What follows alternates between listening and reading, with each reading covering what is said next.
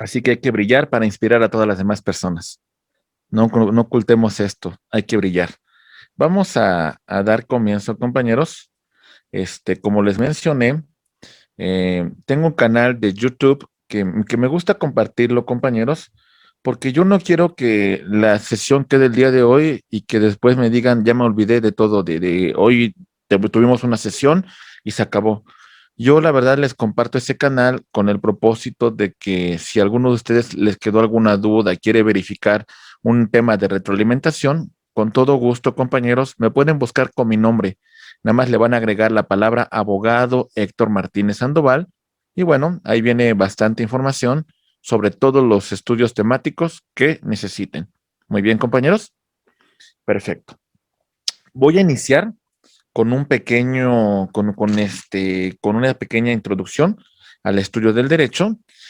Por lo menos me gustaría llegar exactamente al tema de qué es el derecho y sobre esta perspectiva, hacer una pequeña actividad de retroalimentación y posterior a esta actividad, pues tomar un pequeño break. Pero primero quiero llegar a estos puntos. ¿Sale, compañeros? Por favor, hay que esforzarnos entre todos. Vamos a empezar con el tema de el derecho. ¿Sale? La ubicación del derecho, donde se ubica, compañeros, los elementos que conforman el derecho, la teoría de los tres círculos, concepto de derecho y las distintas ramas que conforman nuestra ciencia. Muy bien. En esta primera parte pretendo quedarme por lo menos en el concepto de derecho y hacer una pequeña retroalimentación entre todos. Muy bien. Creo que el licenciado Francisco les compartió un pequeño cuaderno de actividades que vamos a trabajar a lo largo de esta clase, por favor. Muy bien, para que lo tengan listo, para que lo tengan preparado. Si alguno de ustedes lo imprimió, qué bueno. Y si no, pues que te lo tengan listos en sus dispositivos móviles, en sus computadoras. ¿Sale? Ese archivo que es un cuadernillo de trabajo para ustedes. Muy bien. Perfecto. Vamos a continuar, compañeros. Y bueno, esta es la primera referencia que quiero comentar con ustedes. Nosotros vemos el derecho desde esta perspectiva. Si vemos al ser humano, lo vemos como un ser biológico, ¿sale? Un ser humano que toma decisiones que trascienden en su vida, pero al final de cuentas cumple con un ciclo de la vida. El ser humano nace, ¿sale? El ser humano crece, muy bien. El ser humano se desarrolla, el ser humano se reproduce, ¿vale? El ser humano muere. Pero tenemos una mayor trascendencia que cualquier ser vivo. El ser humano es autónomo. El ser humano toma decisiones. El ser humano trasciende en la vida. Hasta cierto punto, el ser humano goza de una libertad. Pero la importancia que tenemos que ver, compañeros, es, ¿y si el ser humano tiene todo esto? ¿Qué pasa cuando interviene, cuando tiene que desarrollarse dentro de la sociedad? ¿Hay una diferencia? Hasta cierto punto, sí, compañeros. Vamos a hablar de contractualistas. Algunos de estos libros ya debieron haber leído ustedes. Y si no, vale la pena buscar y verificar un tema de retroalimentación. El primer autor que voy a mencionar es Montesquieu. Montesquieu él escribió un libro que se llama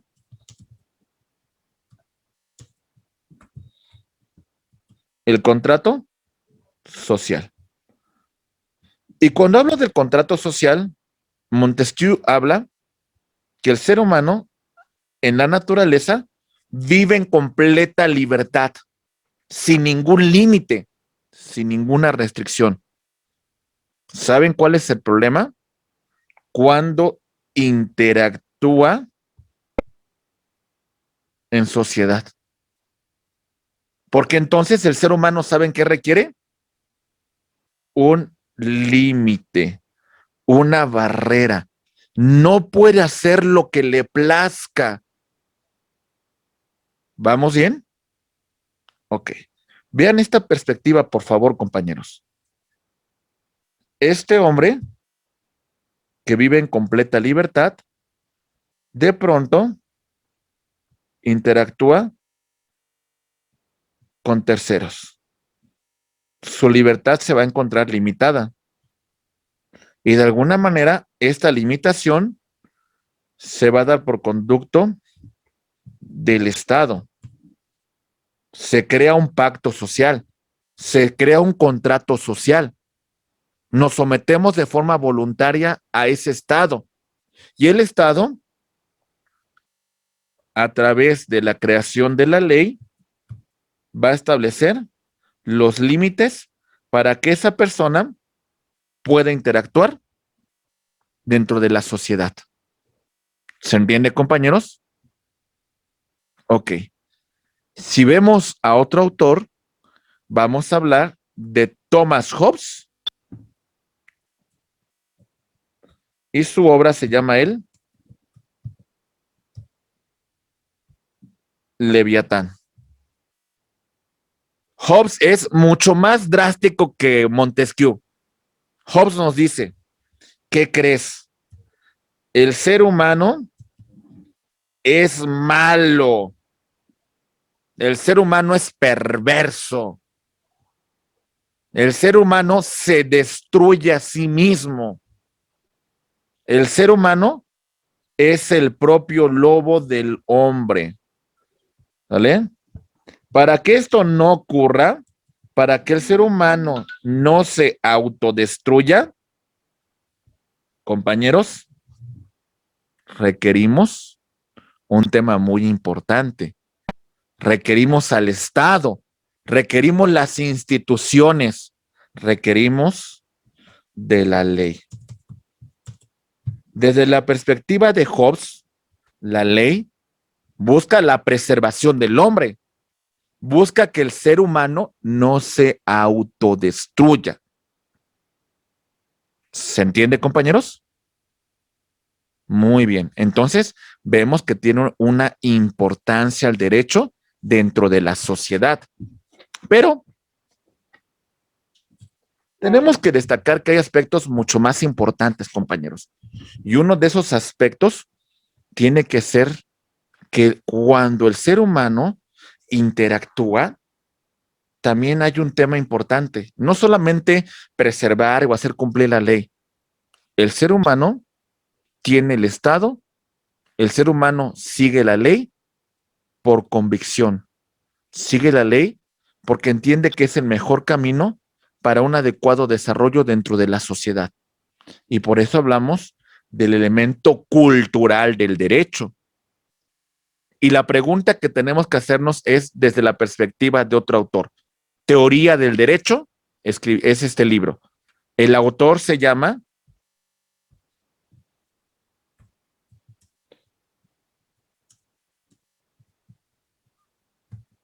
Giorgio Del Vecchio. Teoría del diritto. Teoría del derecho. Se llama su obra. Y Giorgio Del Vecchio nos hace el siguiente análisis, compañeros. ¿Por qué el ser humano debe de someterse a la norma? ¿Por qué, compañeros? Nos dice que hay dos cuestiones del por qué el ser humano se somete a la norma. La primera,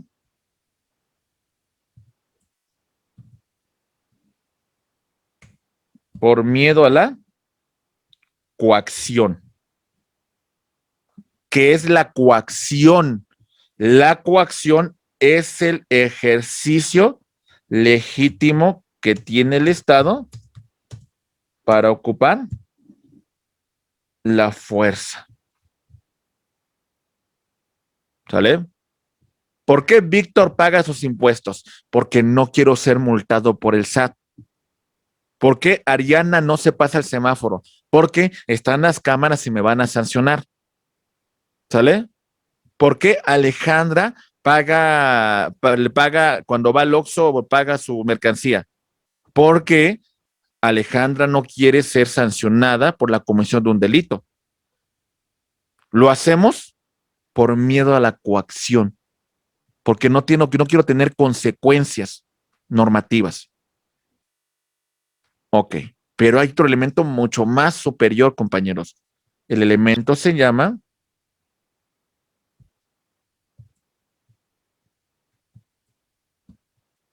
por convicción. Compañeros, estoy convencido que seguir la norma es lo mejor que requerimos dentro de la sociedad. Estoy convencido que seguir la norma es para el bien común, es para buscar la felicidad, es para vivir en armonía. Es una cuestión muy distinta, compañeros.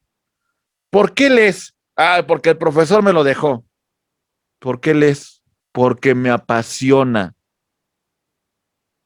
¿Por qué haces ejercicio? Ay, porque el médico dice que estoy muy gordo y tengo que ejercitarme. ¿Por qué haces ejercicio? Porque me quiero ver bien, porque quiero sentirme bien, porque si me veo bien y me siento bien, eso reflejo a los demás. Estoy convencido de ello. Hay niveles, compañeros, ¿eh? La convicción es mucho más fuerte que la coacción. Si hay un convencimiento social de que seguir la norma es lo mejor, entonces, compañeros, va a haber un mayor respeto al derecho. Si solamente se hace por miedo a la sanción o al castigo, pues buscaremos la manera de evadirlo. ¿Se entiende? Va a haber siempre una manera de evadir la norma.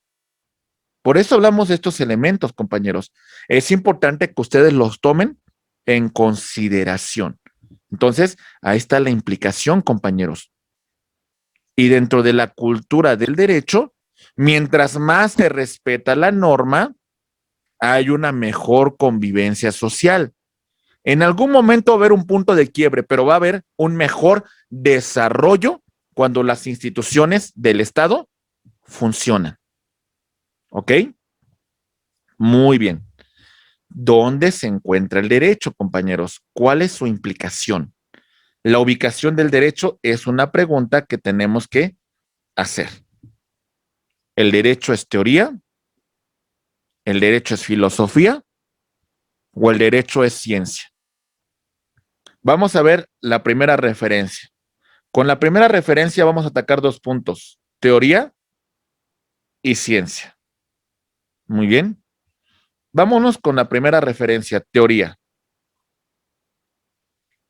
El ser humano, a través de esta doctrina, a través de esos principios, a través de esta ciencia, trata de explicar lo que ocurre a su alrededor, pero atención, va a prescindir de llevar a cabo experimentos y verificar aplicaciones prácticas. ¿Cómo está esto?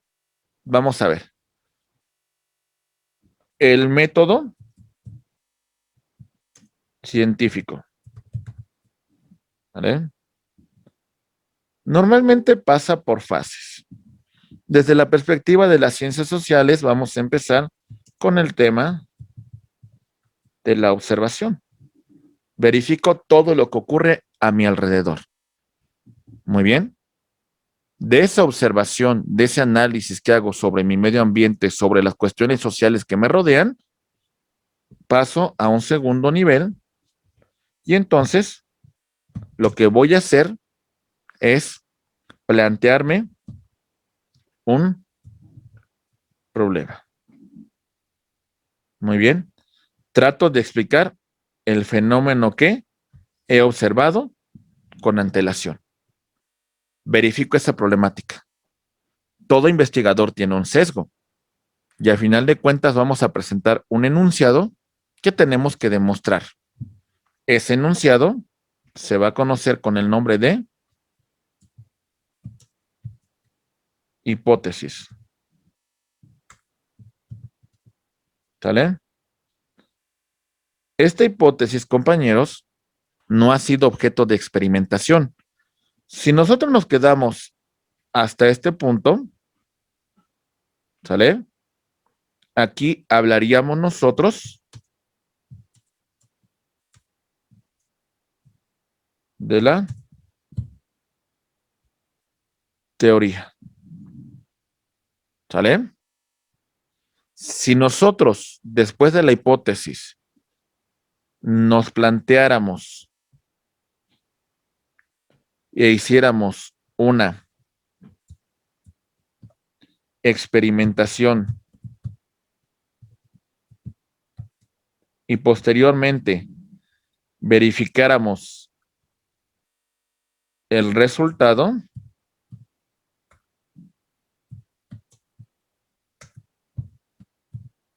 entonces aquí nosotros ya hablaríamos como tal de la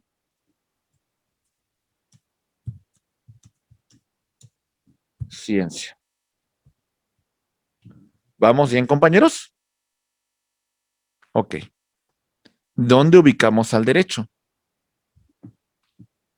Tanto en aspecto teórico como en el aspecto científico, perfectamente cabe el derecho. ¿Sale? En ambos aspectos. Mucho de lo que van a ver ustedes en su carrera, mucho queda en un plano teórico, ¿eh? Mucho queda en un plano teórico. Es más, ahorita les voy a hablar de dos teorías. La teoría tridimensional del derecho y la teoría pura del derecho. ¿Sale? Pero quedan en este aspecto, en esta hipótesis. Si experimentamos, si verificamos, si creamos la norma, si verificamos que el resultado se replica, entonces hablaríamos del tema de la ciencia. Muy bien.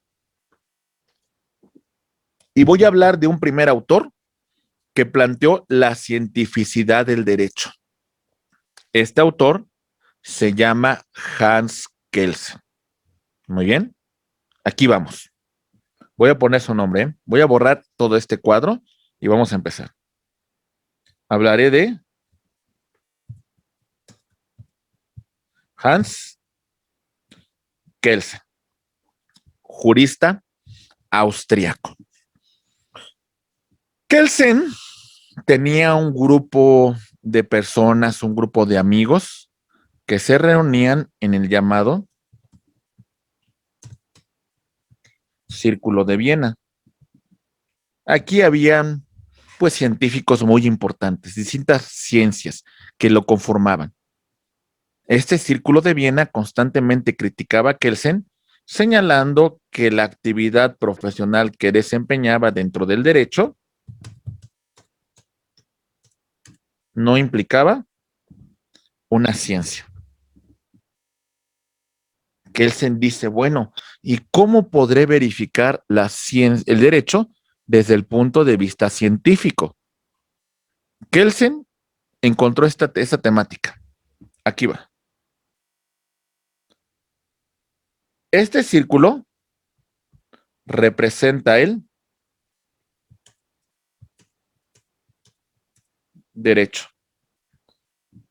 Pero alrededor del derecho hay algunos elementos que van a encontrarse interactuando. Podríamos hablar de la moral, podríamos hablar del aspecto valorativo, podríamos hablar del aspecto ético, podríamos hablar del aspecto biológico, etcétera, etcétera. ¿Sale? Y decía, bueno, si bien es cierto que todo eso tiene una implicación importante con el derecho, esto no le da cientificidad. Entonces, lo que hizo Kelsen es quitar todos estos elementos para que el fenómeno del derecho se explicara dentro del propio derecho. Y se plantea la pureza del derecho a través de esta teoría. Me explico. Esta ley que está aquí, ¿por qué vale? ¿Por qué se aplica en un tiempo? ¿Por qué se aplica en un espacio, ¿por qué tiene un ámbito de aplicación personal? ¿Por qué esta norma es objeto de coacción, de castigo? ¿Por qué, compañeros? Y la explicación de Kelsen dice que si esta norma es creada a la luz de la norma que le da origen, que él se le llamó la norma hipotética fundamental. A partir de esa norma que crea todo el orden jurídico, si esta ley siguió ese procedimiento, si esta ley siguió esa hipótesis fundamental, entonces esta norma es válida. La validez no se la da que sea justa o no, ¿eh? La validez se la da que tenga su origen en la norma hipotética fundamental, en la Constitución, en la que crea todo el orden jurídico. Eso es lo que le da validez. ¿Se entiende, compañeros? Entonces, que salga del molde de esta norma hipotética. ¿Qué problemas se encontró, compañeros? Si nosotros explicamos el derecho desde la teoría pura, ¿qué pasa si la norma que da origen a la ley dice, como dijeron unas leyes en 1933, que los judíos no son seres humanos? ¿Qué pasa si la norma que da origen dice que algunas personas tienen derechos y otras no? ¿Qué pasa si esa norma legitima un partido único en el poder y que todos los demás partidos quedan suprimidos? ¿Qué pasa, compañeros? ¿Se entiende el punto? La teoría del Kelsen sustentó a regímenes dictatoriales como el de Italia fascista y el de la Alemania nazi. Lo sustentó, le dio fundamento ideológico, porque, a ver, cuando se llevaban a los campos de concentración al pueblo judío, ¿saben qué pasaba con los alemanes? Se sustentaban en la norma y decían, bueno, yo cumplo con lo que establece la norma. ¿Se entiende? Había un supuesto y tenía que cumplirlo, porque eso es lo que establecía la norma fundamental, la norma que daba origen. Entonces, compañeros, nos encontrábamos bajo una situación importante. La cuestión de que no importa los derechos humanos, no importa los derechos fundamentales, lo que nos interesa el origen de la norma. Llegó la Segunda Guerra Mundial. Termina en 1945. Kelsen durante la guerra tuvo que salir de su país, se fue a Suiza y posteriormente a Estados Unidos y replantea su teoría. Y entonces Kelsen nos dice, bueno, la ley va a ser válida en tanto tome en consideración el derecho natural, en cuanto tome en consideración la tutela de los derechos humanos. En ese sentido, va a ser válida la norma. Muy bien. Ok. Por eso, el derecho entra dentro de estos tres elementos, como teoría, como ciencia. Y el primer científico del derecho que podemos destacar es Hans Kelsen, con su teoría pura del derecho. Bien. Pasando al aspecto filosófico del derecho, destacamos lo siguiente. Compañeros, la filosofía, el amor del conocimiento, el amor por la sabiduría, ha implicado que el ser humano busca encontrar sus más profundas raíces, busca encontrar el origen de las cosas. Por eso ese ser humano indaga, por eso ese ser humano se cuestiona. ¿Se entiende, compañeros? Y podríamos destacar que su antecedente lo tenemos en la cultura griega. Destacamos a un hombre, Sócrates. Ya hablamos que Sócrates, pues de alguna manera, prefirió la muerte antes que seguir difundiendo el conocimiento. Dice, si me van a impedir que yo siga difundiendo el conocimiento, no vale la pena, no vale la pena la vida si no es cuestionada. Sócrates tenía algunos alumnos, por ejemplo, Querofonte, que fue con la pitonisa y le preguntó quién es el hombre más sabio de toda Grecia. La pitonisa ha hablado y dice que es Sócrates. Y Sócrates se cuestionaba, ¿por qué soy el más sabio si tengo muchas dudas?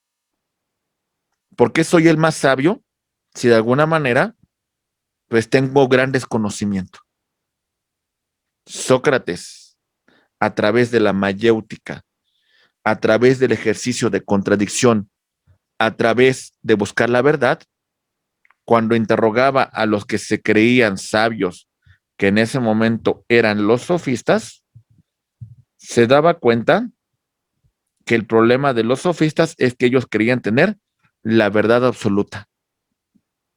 Y la diferencia que marcaba Sócrates, que él siempre tenía dudas y que estaba cuestionando y estaba indagando. Y eso es lo que lo distinguía de los sofistas. La cuestión del saber, que al final de cuentas no se sabe nada, que hay mucho más cosas que tenemos que revisar, compañeros. También dentro del propio Sócrates tenemos que destacar, compañeros, a otro de sus alumnos, el de las espaldas anchas, llamado Platón. Platón escribió muchas obras y en ellas hace protagonista a su maestro Sócrates. Hay una obra muy importante dentro del libro de la República que se llama La alegoría de la caverna. Y más o menos se plantea lo siguiente, Platón. Dentro de una caverna hay varios hombres que se encuentran encadenados. ¿Sale? Detrás de ellos hay una llama ardiente que les representa las imágenes, las sombras de lo que ocurre fuera de la caverna. Lo único que estos hombres han conocido en su vida son esas imágenes, esas sombras. Un día, este hombre rompe las cadenas, sale de la caverna y se da cuenta que la realidad que él conocía, pues es completamente distinta. El mundo tiene textura, tiene volumen, tiene color. Es totalmente distinto a lo que él conocía dentro de la caverna. Ese hombre regresa a la caverna con objeto de convencer a los otros de esa realidad. No es un camino fácil, ¿eh? No es un camino sencillo. Se va a encontrar con gran problemática, ¿saben por qué? Porque al final de cuentas no nos gusta que nos saquen de nuestra área de confort. Estos hombres viven en esa área. Ellos se sienten cómodos con su realidad. Entonces, si este viene a decirles que hay otra realidad, pues no lo van a tomar tan bien, compañeros. pero la labor del filósofo es la luz del conocimiento, trascender. ¿Está claro, compañeros? Muy bien. Entonces, eso tiene que hacer el filósofo.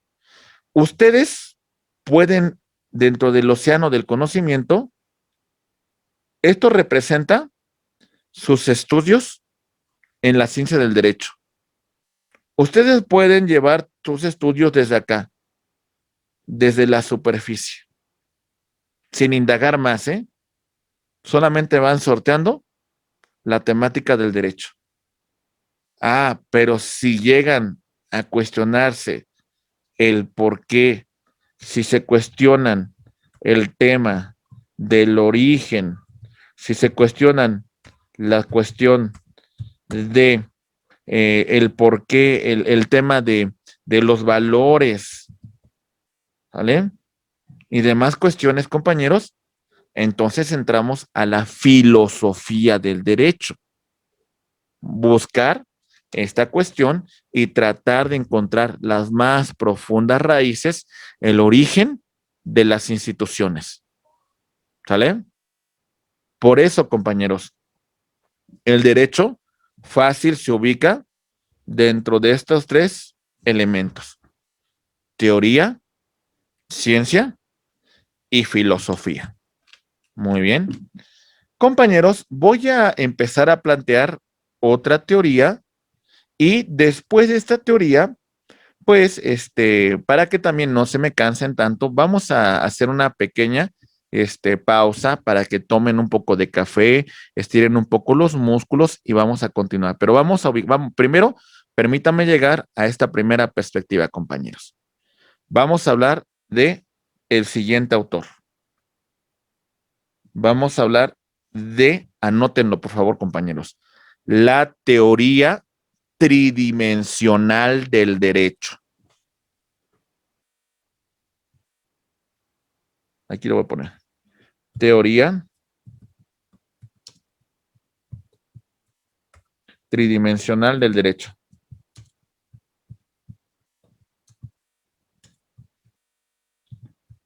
Su autor es el jurista brasileño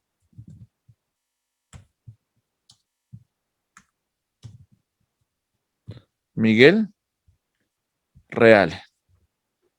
Muy bien. Ok. Miguel Reale se plantea que los elementos del derecho son tres: el hecho, la norma y el aspecto del valor. El derecho es un hecho social. Es creado por los seres humanos dentro de la sociedad. Los seres humanos en la sociedad tienen necesidades, tienen conflictos, tienen circunstancias en particular que necesitan ser protegidas, que necesitan ser garantizadas. ¿Qué implica esto? Si hablamos del hecho social, principalmente tenemos que hablar de la sociología. En el aspecto social, compañeros, hay problemas económicos, hay problemas políticos, hay problemas sociales, hay problemas educativos, hay problemas en los principios, en los valores, etcétera, etcétera, etcétera. ¿Se entiende, compañeros? Muy bien. Toda esta cuestión nos conlleva a que estos puntos, estos problemas, estos conflictos pueden o pretenden ser resueltos desde la creación de la ley. Hay problemas educativos en nuestro país. Necesitamos subir nuestro nivel educativo, ¿ok?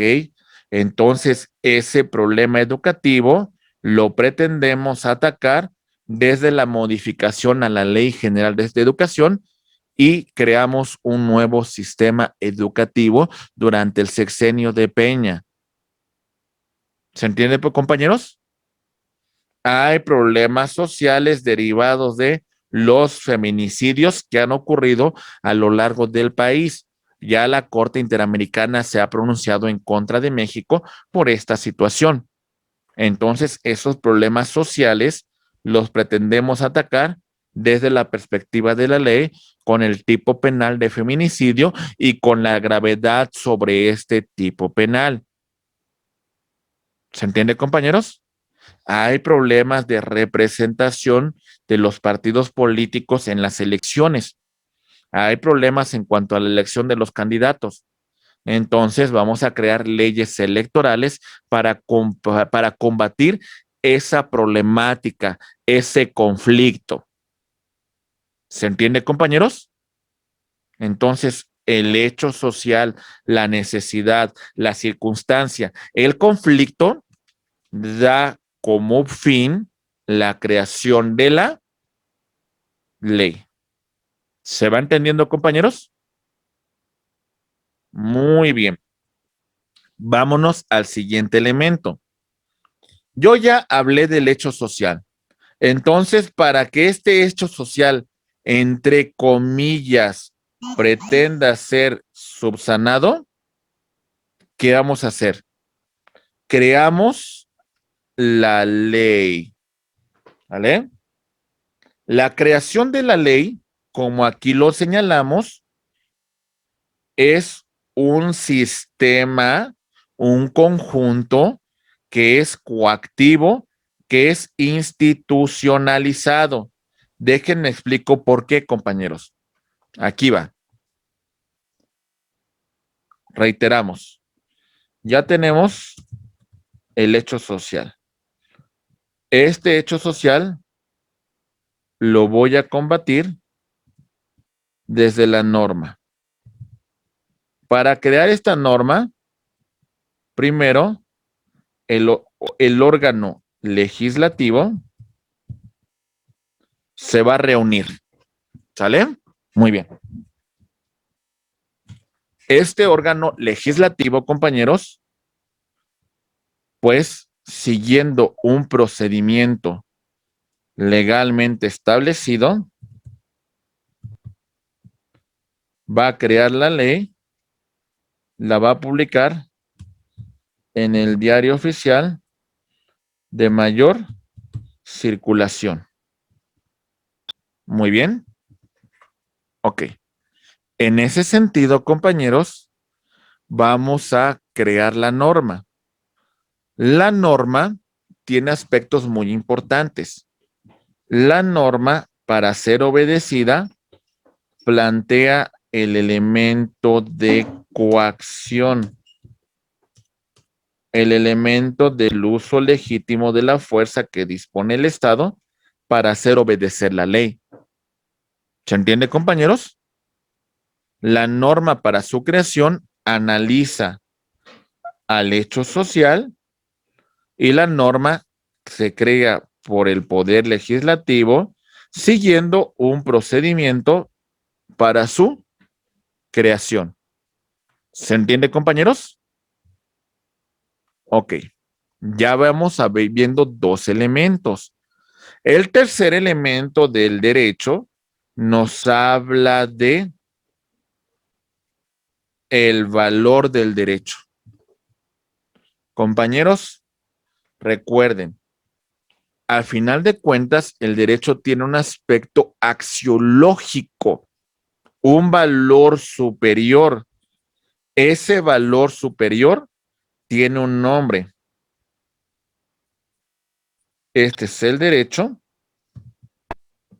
El derecho tiene un valor superior. Ese valor superior tiene el nombre de justicia. Y dentro del elemento de la justicia hay hasta una ponderación. Por encima de la justicia individual o particular se encuentra la justicia general colectiva. ¿Cuándo una norma va a ser justa? La norma es justa cuando respeta derechos humanos. ¿Cuándo la norma va a ser justa? Cuando la norma busca equidad. ¿Cuándo la norma va a ser justa? Cuando la norma busca igualdad. ¿Sale? ¿Vamos bien, compañeros? Si la norma busca igualdad, si la norma busca equidad, si la norma busca respeto a los derechos humanos, la norma va a ser justa.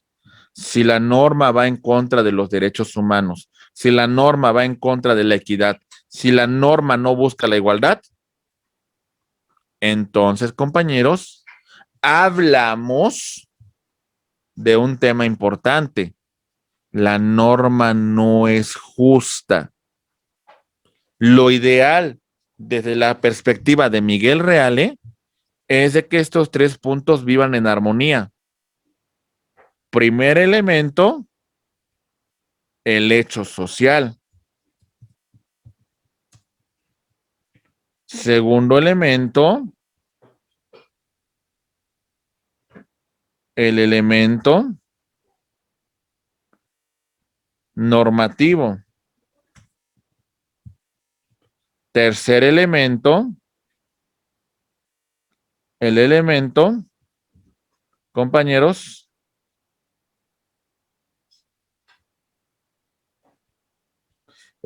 valorativo axiológico.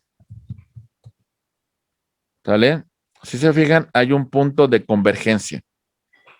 Cuando llegamos a este punto, compañeros, de alguna manera creamos una norma que hasta cierto punto va a tener una funcionalidad eficaz. Se supone que nuestros afamados diputados, senadores y demás personas que crean la ley, esto lo tendrían que hacer para una creación adecuada de la norma. Estos son los tres aspectos que considera Miguel Reale en cuanto a los elementos del derecho. ¿Alguna pregunta que tengan hasta aquí, compañeros, sobre todo este contenido temático? ¿Vamos bien?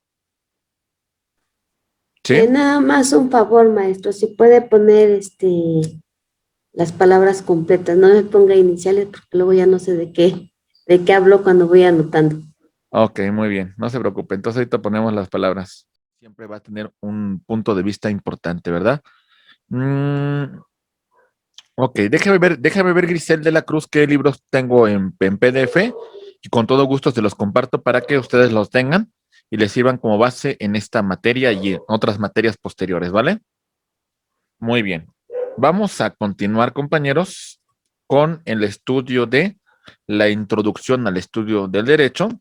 Y ahora, ya habiendo analizado la teoría tridimensional del derecho de Miguel Reale, vamos a empezar con analizando los elementos, la teoría de los tres círculos del jurista mexicano Eduardo García Maínez. ¿Listos? Muy bien. Vamos a plantearnos lo siguiente, compañeros. Primera referencia. Maínez nos explica su teoría desde la existencia de tres círculos: derecho formalmente válido, derecho intrínsecamente válido y derecho positivo o eficaz. Voy a explicar primero cada uno de estos puntos para que se comprenda, compañeros, qué representa cada numeral, por qué se encuentra así distribuido. Muy bien. Primero explicamos qué representa cada círculo. Derecho formalmente válido. Empezamos con esa referencia. Derecho formalmente válido.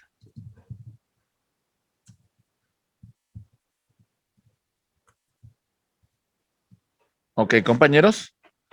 El derecho formalmente válido, destacamos primero que es elaborado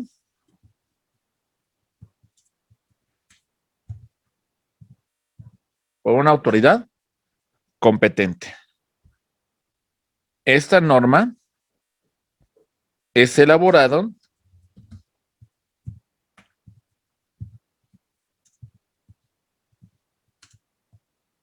siguiendo un procedimiento legalmente establecido y este derecho se crea de conformidad con la norma que da origen.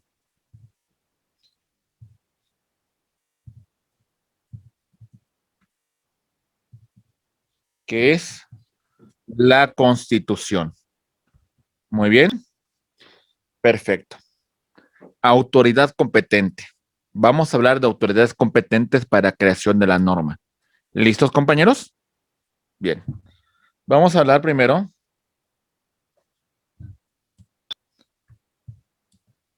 de normas federales, de normas locales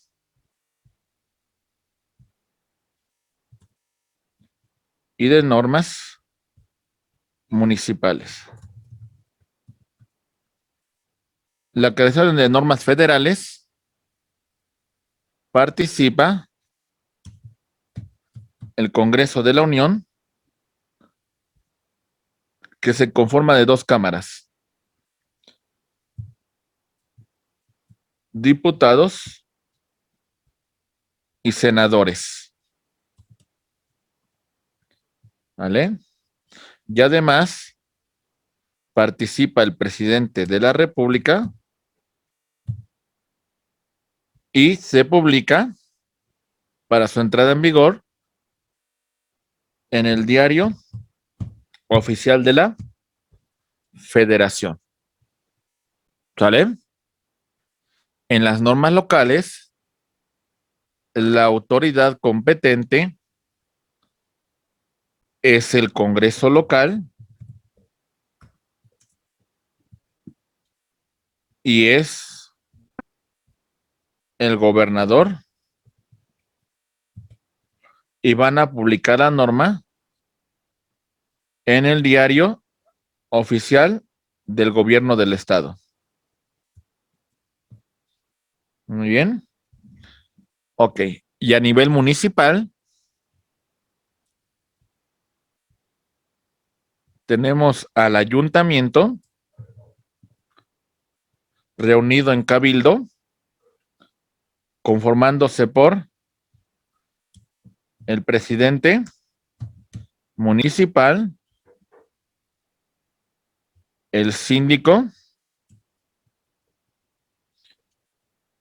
y los regidores. Ok, entonces reitero, derecho formalmente válido. ¿Por qué?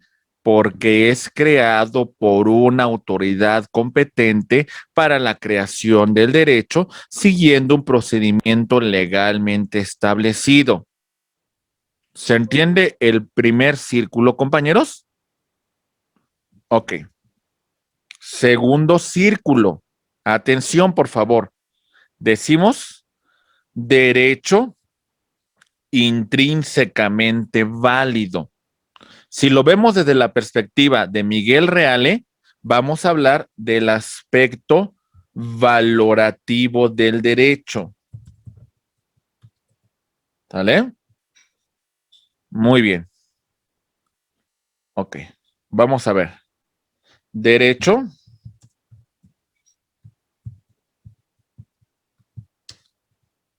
intrínsecamente válido.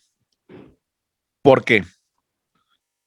Porque la ley garantiza los derechos humanos. ¿Por qué?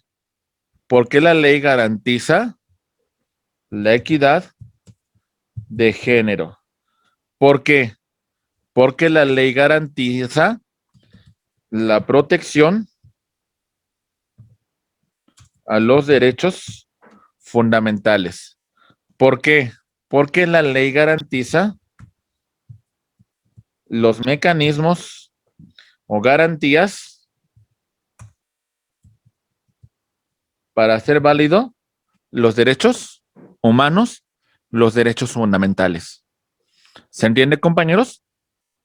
La norma en esa medida será justa. Muy bien, si respeta derechos humanos, si respeta la equidad de género, si garantiza la protección de los derechos fundamentales, si establece mecanismos o garantías para hacer efectiva la norma. Mientras eso logre la norma, hablaríamos de que la norma es justa. La justicia es un elemento importantísimo para el derecho. ¿Se va entendiendo, compañeros? Muy bien. Bien, vamos a ver. Dos participantes levantaron la mano. Grisel y después Marisol. Grisel, te escucho, por favor. ¿Qué pasa cuando la ley no es justa? ¿A qué nombre se le da a eso? ¿O siempre la ley es justa? No. Ojalá siempre la norma fuera justa, ¿eh? Ojalá. ¿Cuál es su función? ¿Qué es lo que pasaría? Le voy a ser muy franco. Si la norma es injusta, la norma va a seguir teniendo aplicación en casos concretos, ¿eh? La norma va a seguir causando efectos a terceros. ¿Para qué está el abogado? Para interpretarla, para pedir la inaplicación de una norma injusta, para pedirle al juez que la deje sin efectos. Ojalá la autoridad de oficio lo hiciera, pero para eso está nuestra función, verificar si la norma es justa o no. Y si no es justa, pedir su inaplicación, pedir que dicha norma no surta sus efectos, pedir que esa norma sea derogada porque viola derechos humanos. Esa sería nuestra función como abogados, mi estimada Grisel.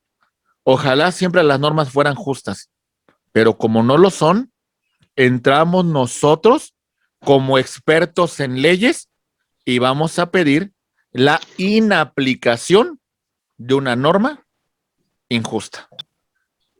Muy bien. Ok, Marisol, te escuchamos, por favor. Tengo una duda. ¿Cuál es la diferencia entre derechos fundamentales y derechos humanos? ¿O a qué se refiere cuando habla de derechos fundamentales? Ok, es una duda de fondo y se la voy a explicar de una forma muy sencilla. Los derechos humanos debe de considerarlos así. Los derechos humanos están vinculados intrínsecamente al derecho natural. Los derechos naturales son derechos que tiene el ser humano por el simple hecho de ser humano, ¿sale? Por la situación de tener esta perspectiva, yo tengo estos derechos.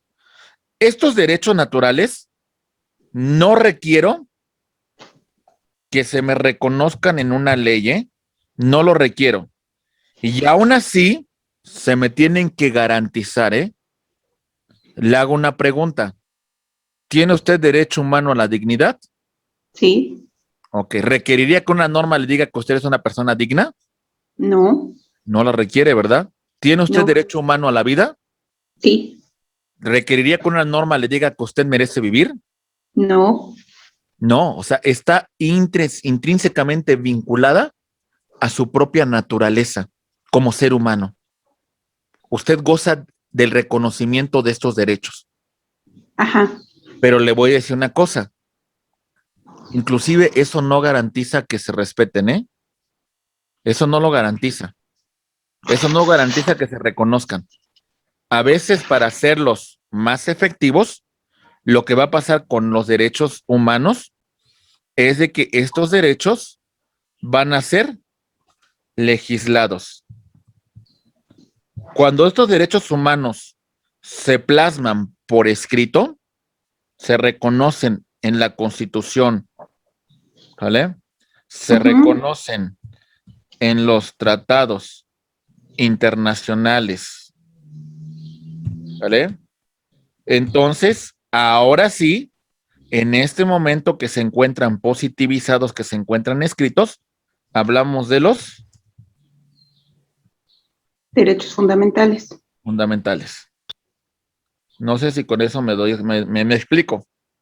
Sí, sí, gracias. Muy bien, Gracias. compañeros. Sí, a sus órdenes. Benito Storms Reyes, te escucho, por favor. Gracias. Sí, Benito. Sí, Sí, sí, bueno. Sí, a sus órdenes. Benito, volvió a cerrar el micrófono, por favor. ¿A qué le llaman síndico, licenciado? El síndico dentro del ayuntamiento, participa en la misma fórmula que el presidente municipal y representa al municipio. ¿Sale? Acuérdese, el ayuntamiento se encuentra conformado por presidente municipal, síndico y regidores. Entre ellos crean, pues organizan al ayuntamiento, crean los bandos municipales que van a estar vigentes dentro del municipio, son las autoridades que van a regir dentro del municipio, mi estimado Benito. Gracias. ¿Sí? Gracias. A sus órdenes. Muy bien. ¿Se entendió este punto, compañeros? ¿Vamos bien? Ok, muy bien. José David levantó la mano, lo escuchamos, por favor. Sí, por ejemplo, se pueden contraponer diversas normas en los tres, por ejemplo, entre la municipal, los federales y eso se pueden contraponer diversos normas o leyes. Lamentablemente sí puede haber una situación de conflicto, una situación de controversia en la norma. Y por eso un poco más adelante vamos a hablar de la jerarquía normativa. En realidad, lo que tendría que haber es una armonía. Se supone que ninguna ley debería de contradecirse, sino todo lo contrario, fortalecer sus principios, fortalecer sus valores. Pero como no es así, entonces es muy importante hablar de la jerarquía normativa y en ese sentido usted va a resolver muchos conflictos que se puedan suscitar entre leyes.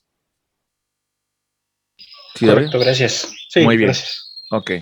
Muy bien, compañeros. Rápidamente, voy a continuar y ahorita me hacen otras preguntas que tengan sobre este punto. Compañeros, ¿quedó claro el punto número 1, círculo 1 y círculo 2? Ok. Voy a pasar al círculo 3, por favor, ¿eh? Ahí va. Positivo o eficaz. Derecho positivo. Además de que se caracteriza por ser un derecho escrito, vamos a hablar que el derecho positivo se va a aplicar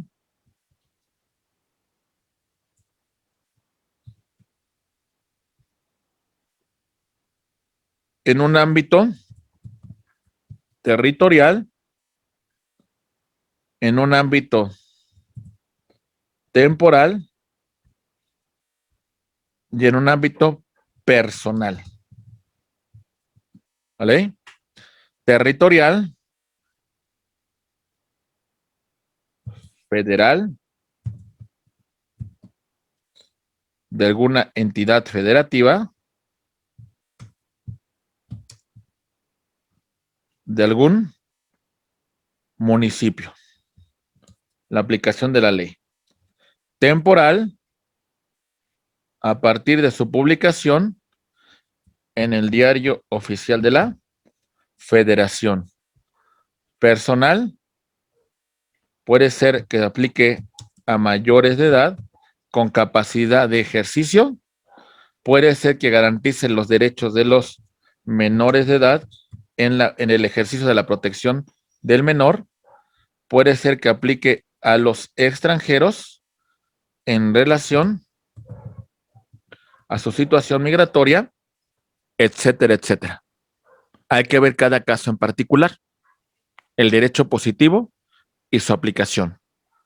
El derecho positivo para hacerse válido, para hacerse respetar, tiene el elemento de la coacción. Recuerden, la coacción es el ejercicio legítimo de la fuerza pública del Estado. Fuerza pública para hacer cumplir lo que manda la ley. El elemento coactivo, el elemento de eficacia. ¿Se va entendiendo, compañeros? Ok. La eficacia del derecho positivo va a destacar en lo siguiente. En la medida que si alguien infringe la ley, va a ser sancionado y se contempla la reparación del daño. ¿Se entiende, compañeros? Eso va a dar eficacia a la ley. ¿Está claro este punto? Muy bien. 3 círculos. Voy a explicar qué representa cada número dentro de la teoría de los 3 círculos. Vamos a empezar. Punto número 1.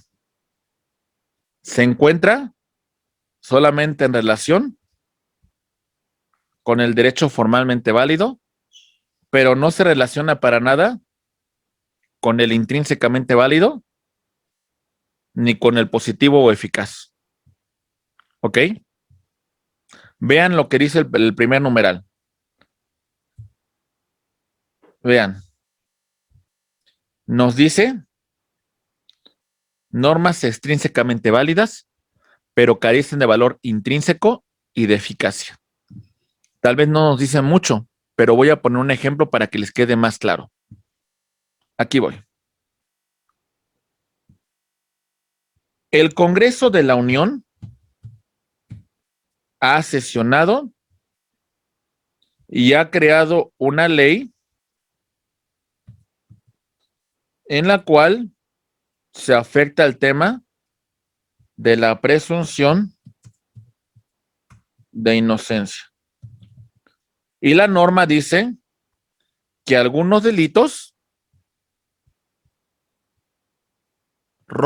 quitan a los sujetos activos el principio de presunción de inocencia y tenemos que tratarlos como culpables. ¿Por qué? Por el impacto que tiene el delito. ¿Vamos bien?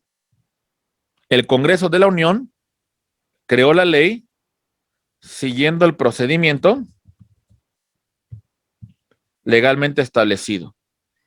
El presidente de la República lo ratificó y se fue publicado en el Diario Oficial de la Federación.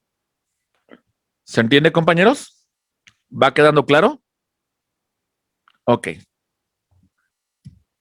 Si yo vulnero el principio de presunción de inocencia, implica, compañeros, que estoy violando derechos humanos. La norma no cumple con el segundo círculo. No cumple con el círculo de derecho intrínsecamente válido al violar derechos humanos. ¿Se entiende? Ahora imaginen que la autoridad no recurre mucho a esta disposición porque la autoridad, que es una autoridad entre comillas garante de derechos humanos, prefiere su respeto y por lo tanto la norma no la aplica. La deja de aplicar. La norma no es eficaz. ¿Se entiende? Solamente cubrió con el primer elemento. La norma se creó con una autoridad competente siguiendo el procedimiento legalmente establecido, pero no cumple con los otros dos. La norma viola derechos humanos y la norma, a no aplicarse, la norma no es eficaz. ¿Se entendió, compañeros? Ok. Para poner el primer ejemplo. Segundo caso, compañeros. Ahí va. Me regreso para que lo vean un poco más gráfico. Ahí voy. Vemos al punto número 2.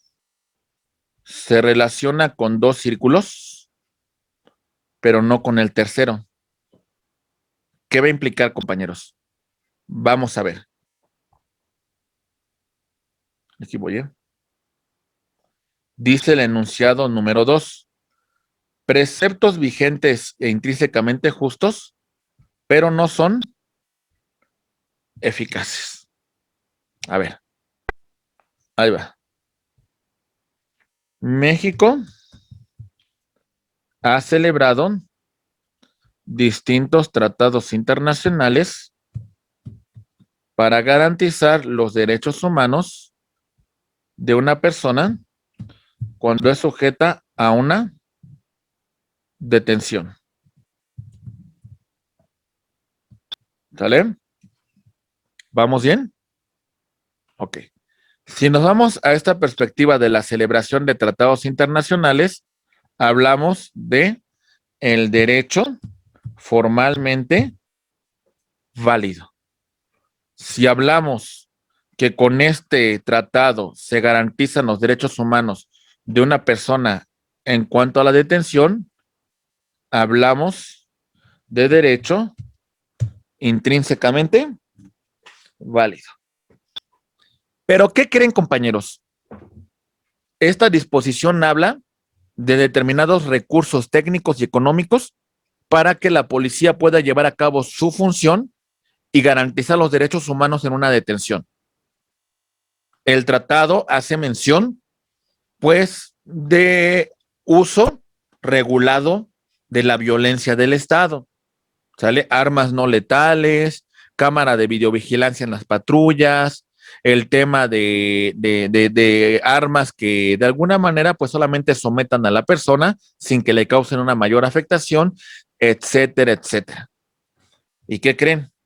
Aunque la autoridad quiera cumplir con este tratado, al no tener los recursos materiales, al no tener los recursos técnicos, pues no se puede cumplir. Por más que quiera la autoridad, pues no tiene la capacitación y no tiene los instrumentos. Solamente cubre con dos requisitos importantes: derecho formalmente válido y derecho intrínsecamente válido. ¿Cuál no se cumplió? Que no es eficaz. ¿Se entendió por qué, compañeros? Ok, hay que analizar y valorar toda esta información. Punto número 3. Aquí voy. Me regreso para que lo vayamos viendo, compañeros. Muy bien. Otra vez. Lo vemos aislado en el círculo 2. Nada se relaciona con el círculo 1 ni con el círculo 3. ¿Qué nos dice el enunciado del numeral 3? Nos dice lo siguiente: normas intrínsecamente válidas, pero no tienen vigencia y tampoco son efectivas. ¿Cómo está? Ahí va. Artículo, si no más recuerdo, el 41 de la Constitución. Vamos a verlo, compañeros. Ahí voy, ¿eh? Muy bien. Dice la Constitución. Bueno, artículo 39. Artículo 39. La soberanía nacional reside esencial y originalmente en el pueblo. Todo el poder público se instituye para beneficio del pueblo y el pueblo tiene en todo el tiempo el inalienable derecho de alterar o modificar la forma de su gobierno. ¿Vamos bien? Ok. También voy a hacer mención al artículo 41 y nos dice: el pueblo ejerce su soberanía por medio de los poderes de la Unión, en los casos de la competencia de estos y por la de los estados y Ciudad de México en lo que toca a sus regímenes interiores, en los términos respectivamente establecidos por la presente Constitución Federal y las de los particulares de cada estado y Ciudad de México, las que en ningún caso podrán contravenir las disposiciones establecidas en este pacto federal. ¿Qué implica esos artículos, compañeros? Nos hace mención de que el soberano es el pueblo y las instituciones del Estado se instituyen a favor del pueblo.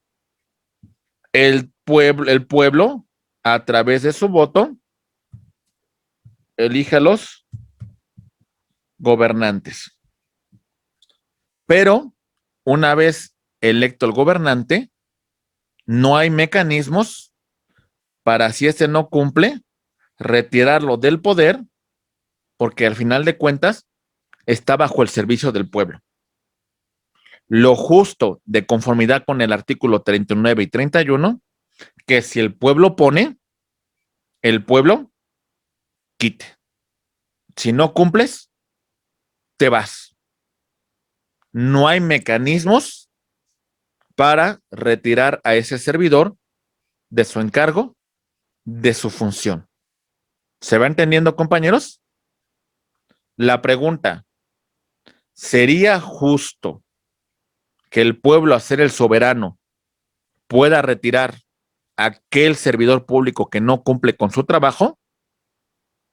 ¿Sería justo? ¿Sí o no? Diríamos que sí, que esto sería un tema de justicia social, ¿verdad? Ok. ¿Pero qué creen? No se ha legislado, ¿sale? No hay una ley que nos diga que el pueblo, a través de un mecanismo, puede quitar al servidor público electo. No está el mecanismo. Y al no haber ningún mecanismo, pues bueno, no es eficaz, no hay manera de que se pueda retirar a esa persona que no cumplió. ¿Se entiende, compañeros? Solamente estamos en el ámbito de que sería justo, pero no se legisla y por lo tanto no es eficaz. ¿Vamos bien, compañeros? ¿Se va entendiendo? Muy bien. Vamos a continuar, compañeros. Creo que ahorita no tenemos intervención. No. Muy bien. Vámonos al punto número 4. Ahí voy. Ahí voy, ¿eh?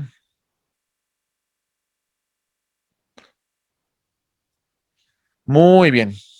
Punto número 4. Se relaciona con dos círculos. Formalmente válido y positivo y eficaz. Nada que ver con el intrínsecamente válido. Vamos a ver. Artículo 16 de la Constitución, en su párrafo 8. Reconoce una figura llamada el embargo. Embargo no. ¿Cómo se llama? Artículo 16, párrafo 8 de nuestra Constitución Federal. Reconoce la figura llamada el arraigo. ¿Vale?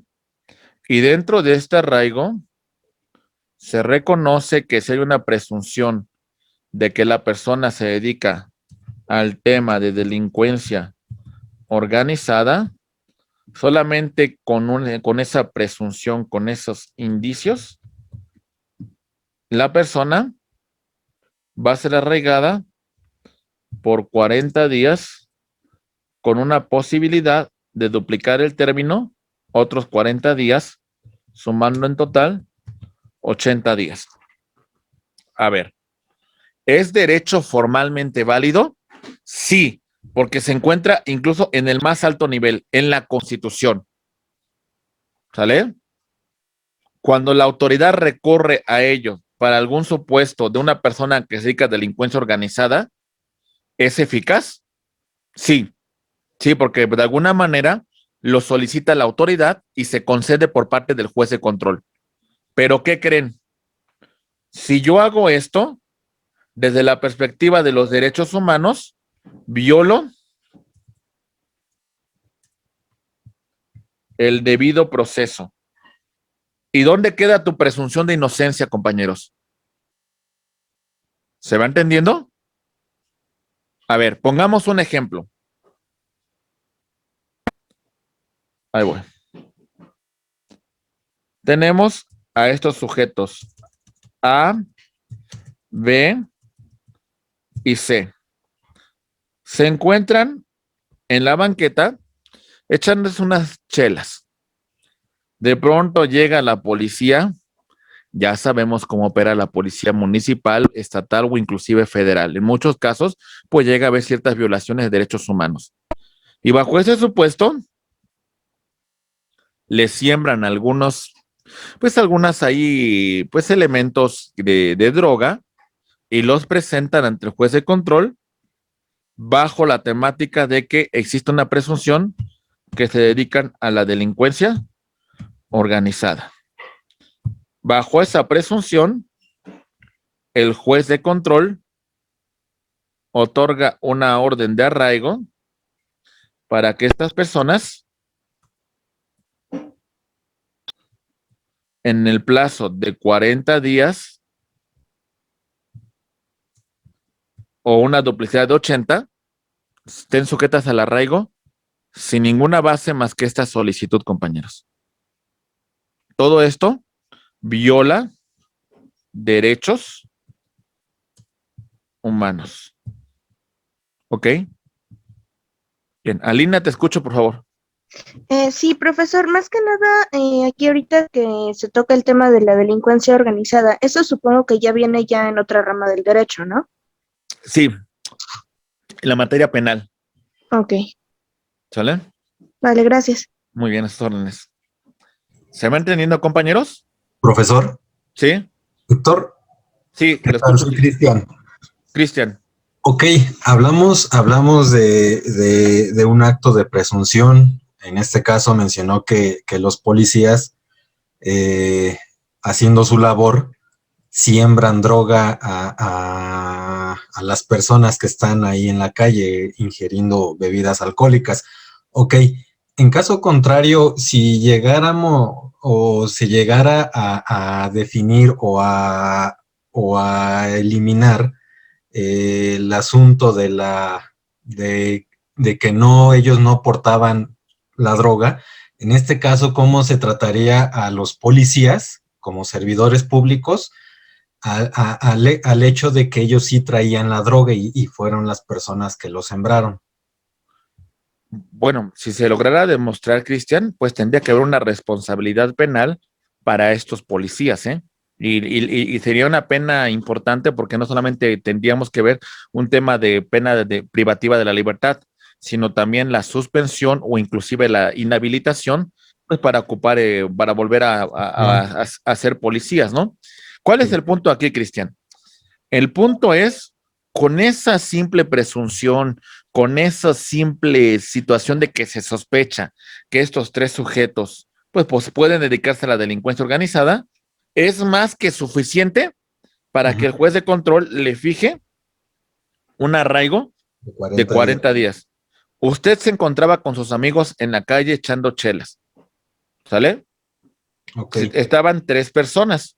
El tipo penal de delincuencia organizada nos habla de tres personas que se reúnan para cometer delitos y que se encuentren organizados para la comisión de estos delitos.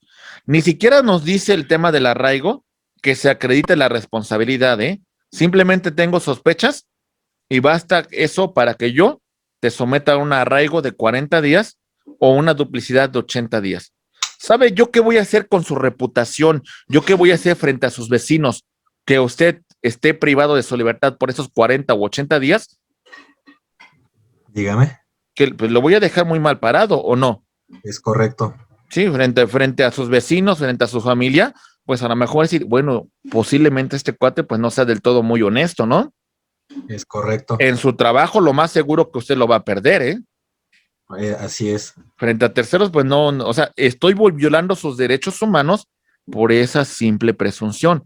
Cuando Ajá. hay elementos a lo mejor que podría hacer el Ministerio Público para demostrar que efectivamente sí existen indicios reales de esta delincuencia organizada, y bueno, entonces pedir como medida cautelar la prisión preventiva. Pero el simple arraigo, pues nos habla de esta situación, ¿verdad? Es correcto. Ok. Ujú.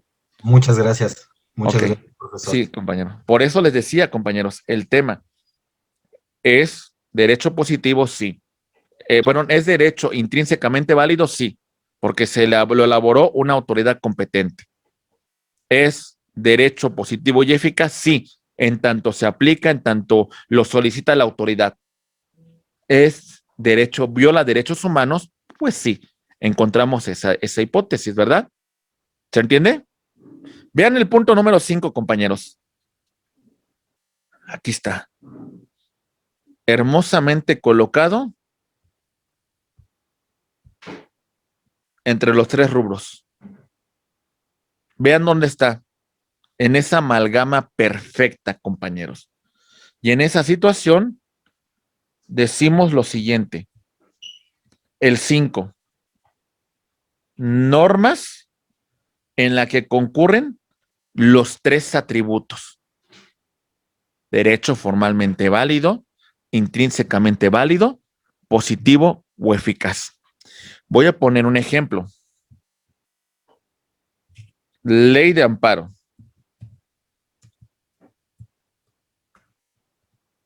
Permítame, deje.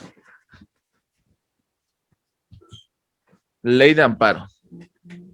La ley de amparo fue elaborada por una autoridad competente siguiendo el procedimiento legalmente establecido para su creación. ¿Hasta aquí vamos bien, compañeros? Ok. La ley de amparo, como mecanismo de control de constitucionalidad, busca la protección de los derechos humanos. ¿Sale? Y la ley de amparo, además de ser una norma de derecho positivo que se aplica en un espacio, en un tiempo determinado, ¿qué creen? También es una norma que es eficaz para protegernos contra actos de autoridad que violen derechos humanos. 3 puntos se cubrieron. Derecho formalmente válido, derecho intrínsecamente válido, derecho positivo y eficaz. ¿Se entiende, compañeros? ¿Se entendió? El ideal. Funciona todo de maravilla. Muy bien. Punto número 6. Y la verdad, la teoría de los 3 círculos es una teoría compleja, ¿eh? Inclusive a veces en estudios de maestría, de doctorado, se siguen comentando y a veces los alumnos del todo no la comprenden porque es complicada, compañeros. Punto número 6. Se relaciona entre 2 círculos. ¿Ya lo vieron? Pero nada que ver con el círculo de formalmente válido. ¿Qué significa esto? Punto número 6. Decimos intrínsecamente válidas, eficaces, pero no son reconocidas por el poder público. Grisel, sí. El libro que habla sobre la teoría de los 3 círculos es Introducción al Estudio del Derecho de Eduardo García Maínez.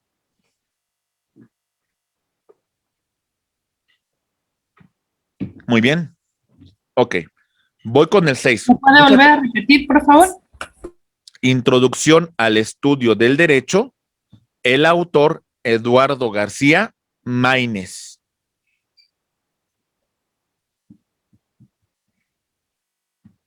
Muy bien, compañeros. Ok, vamos con el 6. Vamos a hablar del caso de México. En México, como consecuencia del terremoto de 1985, muchas personas perdieron sus hogares y perdieron su fuente de trabajo.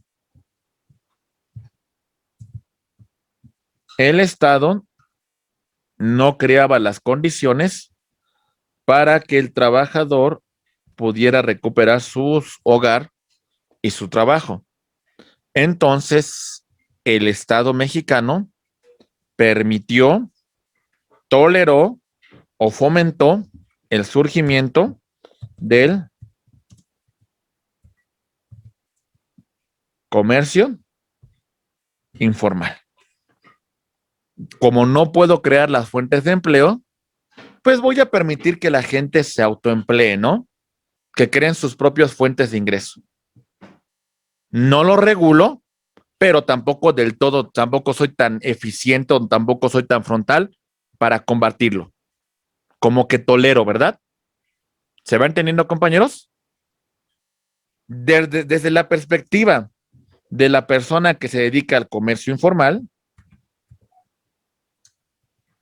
hay un tema que cubre el punto círculo número 2. Un tema de justicia social. ¿Vale? A través, compañeros, a través de este comercio informal, nuestras familias se alimentan, tenemos los recursos para salir adelante. Justicia social. ¿Vamos bien? Ok. Como gremio, nos tenemos que organizar. Como gremio, tenemos que sancionar, tenemos que hacer eficaz que nuestros agremiados, que los comerciantes respeten nuestras propias reglas que hemos establecido. ¿Sale? ¿Se entiende, compañeros? Entre comerciantes informales se organizan. ¿Cuál es el círculo que no se llena acá? No es derecho formalmente válido al no haber una regulación por parte de la autoridad. Si la autoridad regulara, entonces ya no sería un comercio informal. ¿Se entiende, compañeros?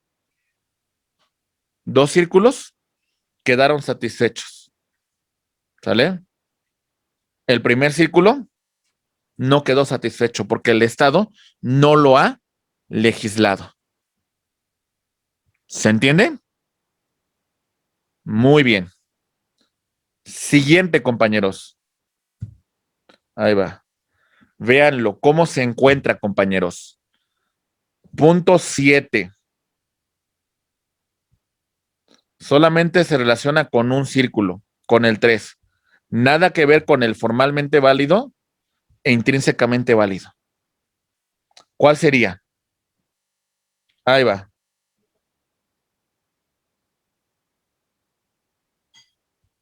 Reglas consuetudinarias. Eficaces, pero sin validez formal ni validez intrínseca. Déjenme explico. Costumbre. Hay 2 elementos de la costumbre jurídica. La conducta reiterada y su obligatoriedad. ¿Sale? Esa es la costumbre jurídica. Conducta reiterada y su obligatoriedad. Pongo un ejemplo muy claro. En algunos estados tenemos unos cruces que son así.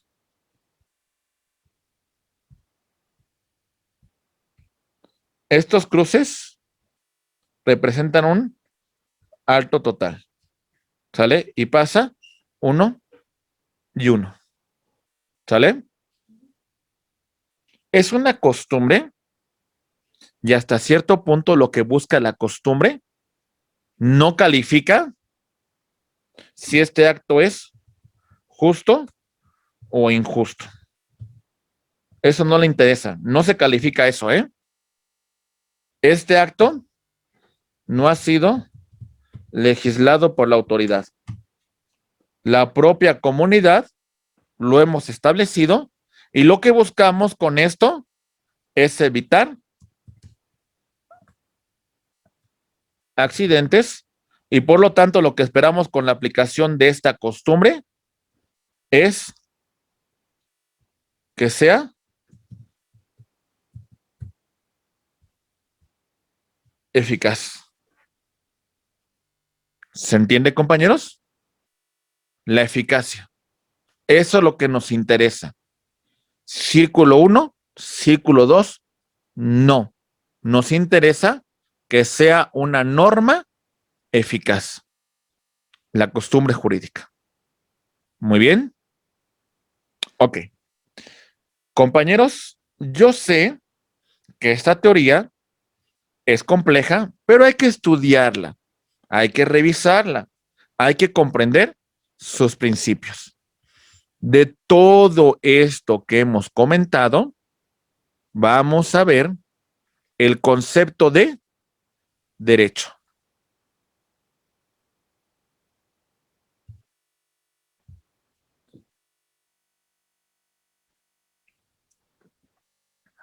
Primera referencia. Conjunto de normas jurídicas imperatributivas. Voy por partes, por favor. Empecemos a analizar el conjunto de normas. Aquí va. Es un conjunto de normas que tiene origen una norma fundamental que las crea. La Constitución. Este conjunto de normas se encuentra integrado por tratados internacionales, leyes federales, leyes locales, leyes municipales, reglamentos, ¿sale? Decretos, etcétera, etcétera.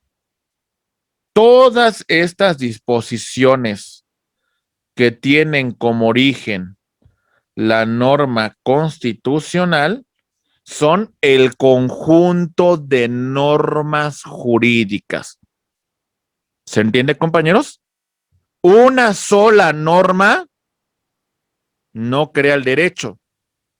Hablamos de todo un conjunto que tiene un origen. ¿Cuál es su origen? La norma constitucional, la que crea todo el ordenamiento jurídico. ¿Hasta aquí vamos bien, compañeros? Ok. Este conjunto de normas son imperativas y atributivas. A ver. Vamos a ver. Las normas imponen obligaciones. Las normas conceden derecho. Obligaciones. Obligación de los mexicanos contribuir con el gasto público a través del pago de sus impuestos. Las normas que señalan obligaciones son normas impositivas. ¿Sale? El faculto a Mali que si ella quiere contraer matrimonio lo puede hacer. Tiene esa facultad, si así lo desea. Faculto a Gustavo que si Gustavo quiere tener hijos, él puede decidir el número y el esparcimiento de sus hijos. Es un derecho. ¿Sale? Faculto a Benito de que él tiene la potestad de elegir a sus gobernantes a través de su voto público. Es su derecho. ¿Se entiende, compañeros?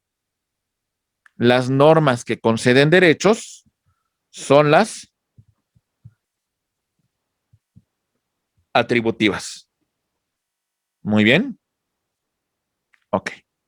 Entonces, reiteramos, todo ese conjunto de normas son imperativas y son atributivas. Primer enunciado. ¿Queda claro, compañeros? Ok. Segundo enunciado. Rige la conducta del ser humano, pero no cualquier conducta. La conducta que es externa. A ver, ¿cómo está eso? Este sujeto le pasa por la mente cometer un delito contra esta persona. Hermana, hola. Igual pagada, ¿no? Pero no lo lleva a cabo. Nunca comete el delito. ¿Sale? Solamente le pasó por la mente. ¿Lo tenemos que sancionar, compañeros? ¿Tiene que ser objeto de castigo? No. No. El derecho no castiga pensamiento, ¿eh? ¿Se entiende? El derecho solamente regula la norma que se externa, que se materializa, que produce una consecuencia. Que se ejecuta. Que se ejecuta exactamente. Entonces, si este sujeto lo que pensó lo lleva a cabo, ahora sí, compañeros, ahora sí es sujeto de la norma jurídica.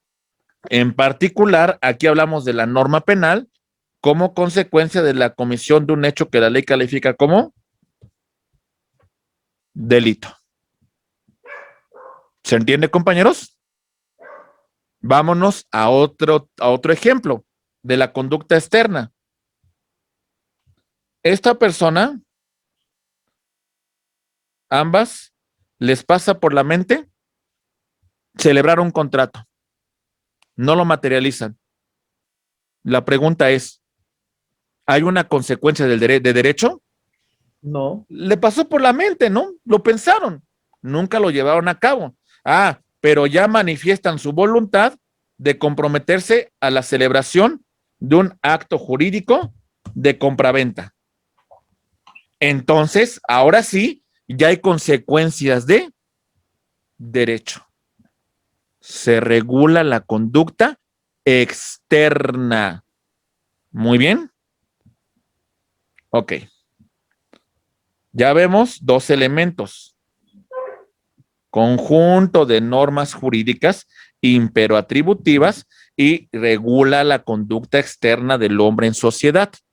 Siguiente elemento. Los destinatarios se les va a hacer efectiva a través de este elemento, compañeros. La coacción, el ejercicio legítimo de la fuerza del Estado. ¿Se entiende, compañeros? Ok. Regresamos al ejemplo. A comete un delito contra B, privándola de la vida. ¿Qué pasaría, compañeros, si no hubiera ninguna consecuencia para esta conducta? ¿Qué pasaría? Pues cometería más delitos, ¿verdad? No hay un castigo. No hay un castigo, no hay un límite. Todos lo haríamos. Todo se haría, ¿verdad? Prácticamente estaríamos en la ley de la selva, la ley del más fuerte, ¿verdad? Ok, para evitar que esto ocurra, compañeros, el Estado faculta a los jueces para sancionar estas conductas y establecer un castigo. Ese castigo, ese elemento del ejercicio de la fuerza del Estado, lo conocemos con el nombre de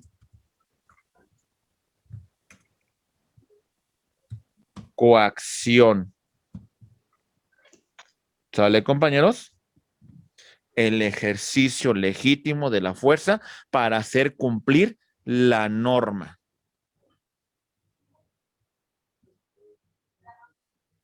¿Vamos bien, compañeros? Ok. De todo esto comentado, llegamos a un punto.